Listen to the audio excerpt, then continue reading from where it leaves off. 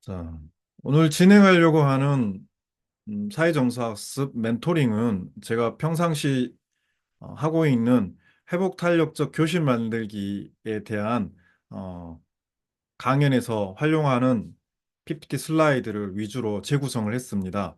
그리고 선생님들께서 사전 질문해 주셨던 멘토링을 통해서 듣고 싶었던 이런 답변들을 위주로 재구성을 했다는 점을 예, 유념하시고 제가 진행하는 오늘 멘토링 따라오시면 될 것 같습니다. 저는 현재 소속은 전남대학교 인문학연구원에 있고요. 학교에서 하는 활동은 아이들 글쓰기 전담을 하고 있습니다. 기초교육을 제가 희망을 해서 글쓰기 전담을 하고 있는데 이제 요게 사회정서학습하고 사실 맞물려 있어서 이제 나중에 다시 한번 설명을 드릴게요. 그래가지고 아이들하고 이제 기초 글쓰기 수업을 하면서 또 이제 심화 글쓰기라고 하는 이제 과학기술 계열을 위한 글쓰기를 따로 진행하고 있습니다. 그래서 기초 글쓰기를 한 다음에 좀 더 문제 해결 역량을 좀 강화하는 이제 글쓰기를 하고 있는데 이게 사회정서학습의 가장 어, 궁극적 어떤 목적지 같은 느낌의 글쓰기 수업을 하고 있어요. 그래서 그건 좀 다시 설명 한번 해드리도록 할게요. 그리고 지난해 이제 인천교육청 의뢰를 받아서 이제 저는 인천교육청이 투트럭으로 이 사회정서학습을 개발을 했었거든요. 선생님들이 이제 참여하는 지원단 선생님 참여하는 사회정서학습 개발팀이 있었고, 제가 현장에 계신 선생님과 함께 이렇게 개발한 회복 탄력성 중심의 워크북 이렇게 투트랙으로 개발을 했습니다. 그래서 작년에 이제 요거를 개발을 했고, 그리고 올해 이제 책을 한 권 냈습니다. 사회정서학습과 미래교육. 이 책에는 이제 제가 디지털 교과서가 도입될 것을 이제 예상을 하고 사회정서학습이 음, 일종의 이렇게 번들로 묶여서 들어갔으면 좋겠다는 그런 마음을 그 당시에 담아서 이제 기고글을 한국교육학술정보원에 기고글 하나 쓰고 이제 내친 김에 이제 책까지 이제 냈었습니다. 이 책은 이제 디지털로만 유통이 되기 때문에 향후에 이제 읽어보시길 희망하신다면 디지털본을 구매하시면 될 것 같습니다. 이런 관련 활동을 하면서 이제 선생님보다 조금 더 이제 미국 사회정서학습에 대한 틀을 좀 이해를 한 것 같고요. 그리고 현장 경험을 이렇게 이제 계신 선생님들과 공유를 하면서 또 좀 조금씩 심화되어 가는 게 있는 것 같아요. 그래서 우리나라 현실에 맞는 사회정서학습 개발이 너무 중요하다는 입장에 이제 제가 서 있다 보니까 오늘 멘토링도 제가 할 수 있게 된 것 같습니다. 그래서 저는 이런 배경을 가지고 활동하고 있습니다. 자, 오늘 큰 주제로는 두 개인데요. 먼저 정서지능에서 사회정서학습까지를 좀 얼른 살펴보고 사회정서학습을 우리 교실 환경에 도입하려면 무엇을 염두에 둬야 되는지 그것까지 해서 크게 두 꼭지를 제가 지금부터 한 30분 내로 설명을 좀 드리고 남은 시간에는 선생님께서 궁금하신 거 또 기존에 이미 질문 주셨던 거를 중심으로 또 제가 아는 한 답변을 좀 드리도록 하겠습니다. 자, 첫 번째 다룰 주제는 사회정서학습이 어떤 이 역량을 개발하기 위해서 개발됐는가를 좀 살펴보기 위해서 정서지능이라는 이제 개념을 가지고 설명을 좀 드리도록 하겠습니다. 자, 하워드 가드너 박사님. 아마 다 교육학 전공을 하셨고, 그래서 아실 거예요. 네. 제가 굳이 설명을 안 드려도 되는데, 음, 최근에 이제 EBS, 위대한 교실에 이런 특강을 하신 영상을 보고, 이 교육자가 다시 윤리학자로 이렇게, 어, 변해가는 모습, 노년에 우리 공동체에서 지식인들이 어떤 역할을 해야 될지에 대한 소개를 할 때 좀 감동이 있었었어요. 저는 이제 철학을 전공하다 보니까 철학의 어떤 속성상 윤리학을 반드시 다룰 수밖에 없거든요. 윤리학이라는 게 가치 판단을 다루는 학문인데, 교육자 역시 결국은 아이들의 가치 판단을 도와주는 사람이구나라는 것을 새삼 느낄 수 있었던 강연이었습니다. 일단은 하워드 가드너 박사님은 우리가 알고 있는 다중지능 이론을 제안을 했습니다. 전통적 인지지능과 별개의 영역에서 우리가 가진 이 지능에 대한 탐구를 하셨죠. 다들 아시겠지만 잠깐 다루자면 언어지능, 논리수학지능, 공간지능, 음악지능, 신체운동지능이 있고 그리고 자연친화지능도 있는 것으로 이제 어, 제안을 하셨죠. 그리고 이 개인지능의 영역에서 이- 음, 자기성찰지능 영역에 해당하는 개인 내 지능이 있고 대인 친화 지능에 해당하는 개인 간 지능이 있죠. 그래서 그 결국은 우리는 나 자신의 어떤 정서나 어떤 욕구나 동기에 대한 이해를 할 수 있는 어떤 지능과 그리고 리더십을 발휘한다 할지 그리고 인간관계를 이렇게 발전시켜 나가는 대인관계 능력, 그리고 갈등과 분쟁을 조절할 수 있는 개인 간 지능이 필요한데 이 개인 지능에서 개인 간 지능, 개인 내 지능이 이제 어, 후속 연구였던 메이어 살로베이 연구에서 이제 정서지능이라고 하는 개념으로 이렇게 자리를 잡게 된 거죠. 그리고 이 정서지능을 좀 더 심화시켰던 다니엘 골먼 박사님의 에, 그 연구에 따르면 이제 이 정서지능, 그러니까 어, 가드너 박사님이 고민하셨던 개인 지능의 영역에서 이제 좀 더 역량 중심으로 개편이 된 정서 지능이 등장한 거죠. 여기에서 제시된 5개의 하위 요소가 자기인식, 자기관리, 그리고 동기부여, 공감, 사회적 기술 이렇게 총 5개가 되겠습니다. 자, 이 5개를 유념해 두시고 이 5개 하위 요소가 사회 정서학습과 서로 어떤 상호 연관성이 있는지 좀 이렇게 살펴보시면 좋을 것 같아요. 정서지능의 정의는 자, 꿀문 박사님이 이렇게 하셨어요. 사회적 지능의 하위 요소로서 자신과 타인의 감정과 정서를 인식하고 그리고 차이를 변별하며 정서 정보를 활용하여 생각하고 행동하는 능력이다라고 정의를 했습니다. 이런 정서지능이 이제 사회정서학습에 는 어떻게 반영되는지 조금 네, 확장해서 보자면 이제 아동 청소년이겠죠. 아동 청소년이 자신의 정서를 인식하고 조절하며 이제 조절할까지 들어갔네요. 타인에 대한 관심과 배려를 보여주고 자, 1차적으로는 자신의 대한 이해가 필요하겠죠. 그리고 2차적으로는 그거에 바탕에서 자기에 대한 이해를 바탕으로 타인에 대한 관심을 이제 넓혀가는 거겠죠. 그래서 대인관계, 긍정적인 대인관계 형성하고 그리고 나와 공동체에 이로운 의사결정하는 거죠. 그리고 더불어서 직면한 어떤 상황에 좀 효율적이고 생산적으로 대처할 수 있는 지식과 태도, 기술을 획득할 수 있도록 안내하는 학습법을 통칭해서 이제 Social and Emotional Learning, 우리나라에서는 이거를 뭐 셀로 이렇게 부르기도 하고 사회정서학습이라고 부르고 있어서 저도 따라서 사회정서학습이라고 부르고 있습니다. 이미 개념이 하나 이렇게 번역돼서 통용이 되기 시작하면 이렇게 더 좋은 번역어가 나와도 대체하기 힘들더라고요. 그래서 저도 사회정서학습 그냥 따라가고 있습니다. 자, 사회정서학습의 어떤 이 개념에 대해 살펴봤는데 이 사회정서학습을 미국에서 주관하는 기관이 이제 민간기구죠. 어, 카이셀입니다. 카이셀. 빨리 발음하면 캐슬처럼 들릴 겁니다. 이 카이셀에서 중요한 이제 사회정서학, 미국 내 보급되고 있는 사회정서학습의 가이드라인을 제시해주고 있습니다. 어, 사회정서학습을 학교 환경에 도입할 때는 어떤 것들을 유념하고 어떤 절차를 거쳐서 진행하세요라는 이런 어, 정확한 가이드라인을 제시해주고 있고 더불어서 필요한 사회정서학습이 갖추고 있어야 될 필요한 교육 콘텐츠를 적절하게 이렇게 담보하고 있는지를 또 평가해주고 있죠. 그래서 굉장히 제가 사회정서학습 연구를 할 때 참고를 많이 했고 향후에 우리나라에도 이런 유사한 민간 기구가 필요하지 않을까라는 생각을 합니다. 자, 이곳이 이제 홈페이지를 들어가면 여기 계신 선생님께서도 무료로 열람할 수 있는 자료가 꽤 많이 있을 거예요. 그리고 가장 핵심적인 이제 카이셀이 이렇게 이게 사회적 학습의 핵심이야라고 이렇게 손꼽는 거, 그것을 이제 저는 이 5개의 역량이라고 생각을 하고 있습니다.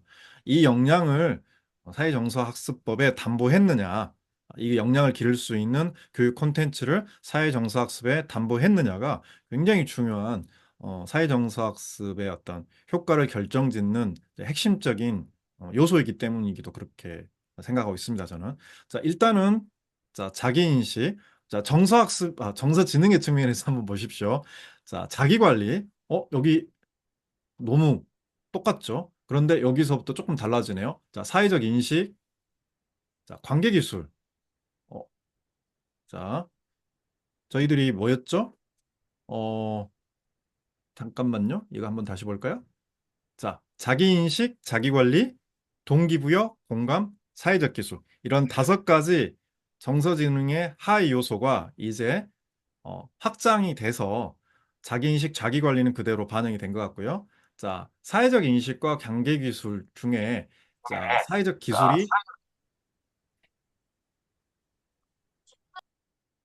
사회적 기술이 이제 사회적 인식과 관계 기술로 좀 확장된 것 같고요. 또 하나, 자, 제가 오늘 하워드 가드너 박사님 이야기를 꺼내면서 우리 선생님들, 저와 같은 교육자가 하는 본질적인 역할은 무엇인지에 대해서 아마 이 역량이 다 대변해 줄 수 있을 것 같아요. 책임 있는 의사결정 또는 성공적인 가치 판단 역량이 5번째 역량에 들어가 있습니다.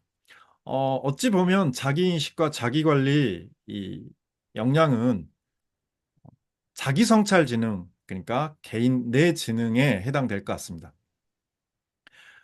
이게 한 축의 기둥으로 이렇게 쓰고 이쪽 기둥이 어, 개인 성찰지능이라고 할 수 있겠죠. 자기 성찰지능. 그리고 사회적 인식과 관계기술은 뭐겠어요?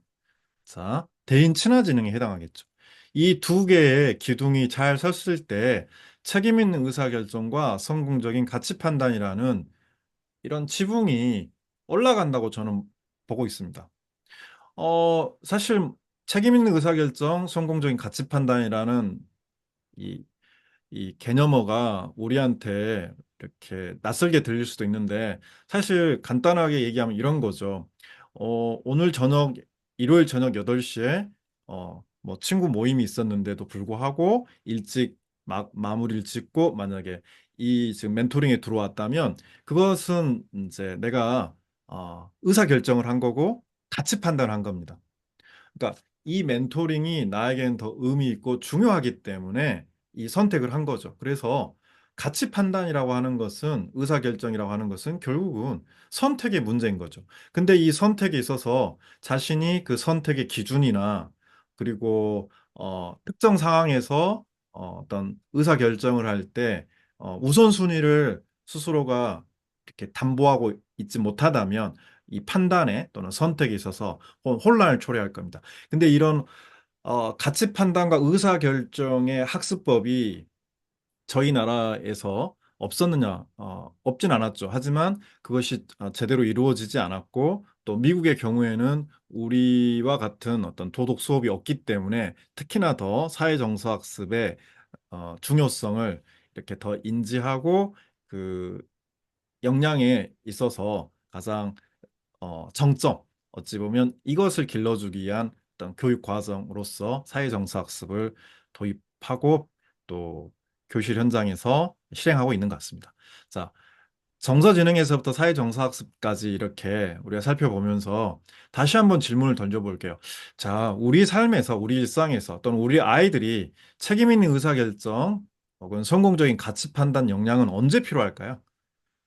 대체적으로 이것도 하워드가 누너 박사님의 EB 수업에서 스크린샷을 했습니다. 자, 음, 환자들이 생명이 위중한 환자들이 20명이 있는데 치료할 수 있는 약이 3명만 치료할 수 있는 한계 상황이라면 의사는 또는 그 병원은 어떤 판단을 해야 좀 더 성공적인 가치 판단을 했다고 볼 수 있을까요? 이런 질문을 어, 전통적으로 던질 수 있어요.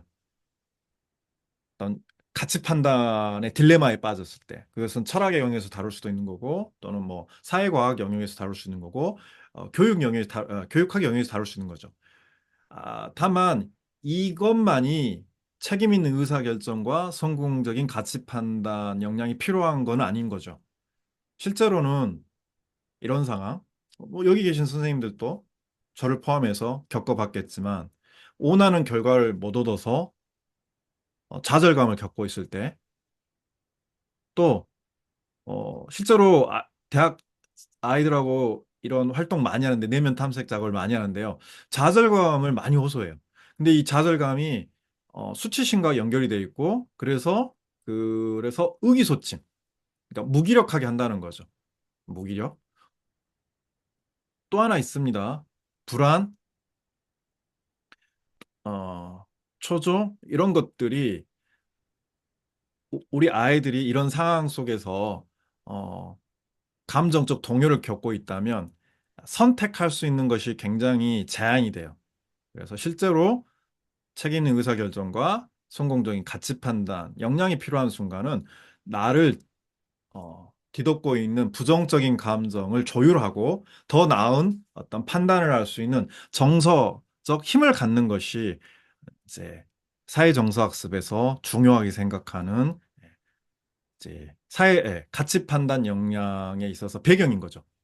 그래서 실제 이 지문은 어디서 가져왔냐면, 스트롱 키즈, 강한 아이에 실려 있는 지문을 가져왔습니다. 그 지문 안에는 이런 게 소개되어 있는 거죠.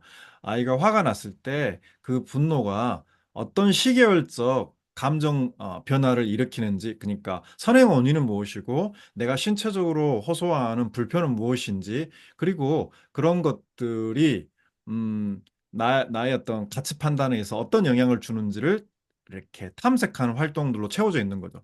그래서 사회정서학습에 있어서 중요한 어떤 역량 중에 하나인 책임 있는 의사결정, 그리고 이렇게 가치 판단, 성공적인 어떤 가치 판단의 역량이 굉장히 이제 중요한 거죠. 최지현 선생님이 여기 답변해 주셨네요.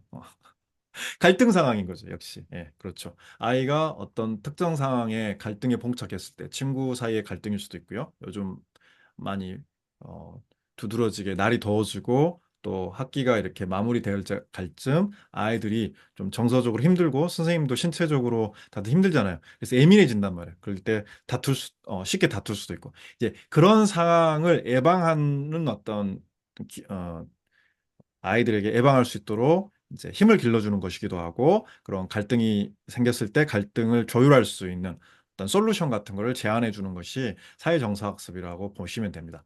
그러면 이 사회정서학습의 어떤 이 목표는 결국은 무엇이냐?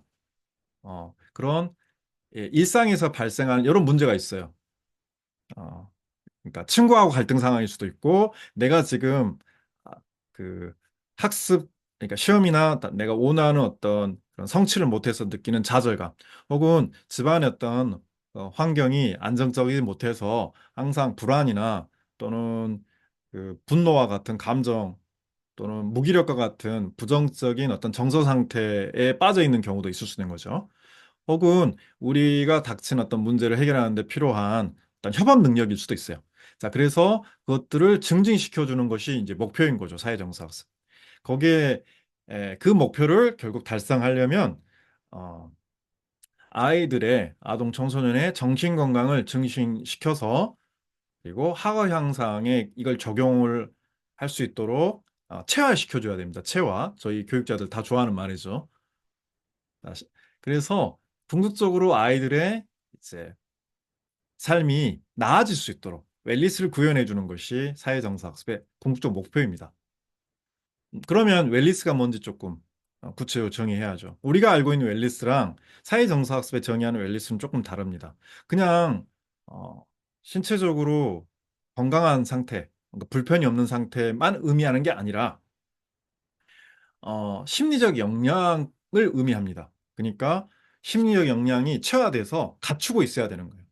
어, 나에게 어떤 부정적 사건이 닥쳐왔을지라도 그것에서 뭐 곧바로 뭐 우리가 회복할 수는 없겠지만 좀 더 유연하게 대처할 수 있는 심리적 역량, 그리고 내가 해결해야 될 문제를 어, 좀 버거운 문제일지라도 협업을 통해서든 도움을 청해서든 이걸 해결해 갈 수 있는 어떤 심리적 역량이라고 보시면 됩니다. 근데 이 웰리스로서 심리적 역량을 이제 기르려면 결국은 자, 네 번째 R로 지금 이해되죠? 저희들이 지금까지 reading, writing, arithmetic, 읽고 쓰고 세마기를 가르쳐 왔습니다. 정통 교육에서. 그런데 심리적 역량을 길러주려면, 웰리스 상태에 도달하려면 읽고 쓰고 세마하는 것만으로는 안 된다는 거죠. 전통적 인지 교육이 추구했던 교육 플러스 이제 정서지능을 개발하는 혹은 사회정서학습법을 통해서 네 번째 R로서 회복 탄력성을 길러줬을 때 아이들이 어, 앞으로 닥칠 난관이나 시련 혹은 좌절을 하나의 어떤 도약의 발판으로 삼아서 더 성장할 수 있도록 마음의 힘을 길러주는 이제 회복 탄력성이 필요하다는 거죠. 그래서 사회정서학습은 네 번째 R, 레질리언스 교육이라고 보셔도 됩니다. 자, 그러면 이제 정말 본질적인 질문 던져합니다. 그럼 회복 탄력성을 배양하려면 이 네 번째 R을 길러주려면 어떻게 해야 될까요? 저는 가장 최근에 미국 사회정서학습 트렌드를 좀 쫓고 있다 보니까 이쪽에 서 있습니다. 신체 이해력부터 출발해야 한다. 그러니까 이 인지교육 중심에서 회복 탄력성을 기르는 것도 가능한데 회복 탄력성은 다분히 이 신체적 어, 신체를 기반으로부터 출발해야 된다는 거죠. 왜 그러냐? 감정에 대한 이해, 그리고 생각에 대한 이해, 신체 감각과 신경계 사이의 연관성에 대한 이해. 이게 우선돼야 되기 때문에. 자, 우리가 경험하는 감정들은 다 신체적 사건들이에요. 그리고 이 감정들 상당수는 생각의 부산물이기도 합니다. 근데 이 생각의 부산물인 감정이 나를 압도했을 때, 나를 압도하고 있는 감정은 신경계 조율을 통한 신경계에 대한 어떤 어, 이게 영향을 줘서 신경계에 자극을 줘서 조율이 가능해요. 그러니까 요거에 대한 이해를 하면 내가 스트레스를 조절할 수 있는 힘이 길러지는 거예요. 이것이 신체 이해로부터 출발해야 되는 이유입니다. 그래서 스트레스에 대한 어떤 면역력을 길러서 심리적으로, 정서적으로, 육체적으로 이로운 기술과 태도를 결국 기르는 거다. 이게 뭐냐? 회복 탄력성을 기르는 거고 결국 회복 탄력성이 점진적으로 향상되는 어떤 여정이기도 합니다. 이 프로세스입니다. 이렇게. 자, 그래서 사회정서학습을 정서지능부터 살펴봤는데요. 이렇게 보시면 될 것 같아요. 우리가 자기인식, 자기관리, 사회적 인식, 관계기술을 길러서 아이들이 책임 있는 의사결정 또는 성공적인 가치 판단 역량을 길러주는 것이 사회정서학습의 목표인데 이것의 어떤 토대는 무엇이냐? 회복 탄력성으로부터 길러져서 가치 판단 능력을 키워주자. 이렇게 생각하시면 될 것 같습니다. 자, 이 첫 번째 꼭지에서 다루려고 하는 정서지능부터 사회정서학습까지 살펴봤고요.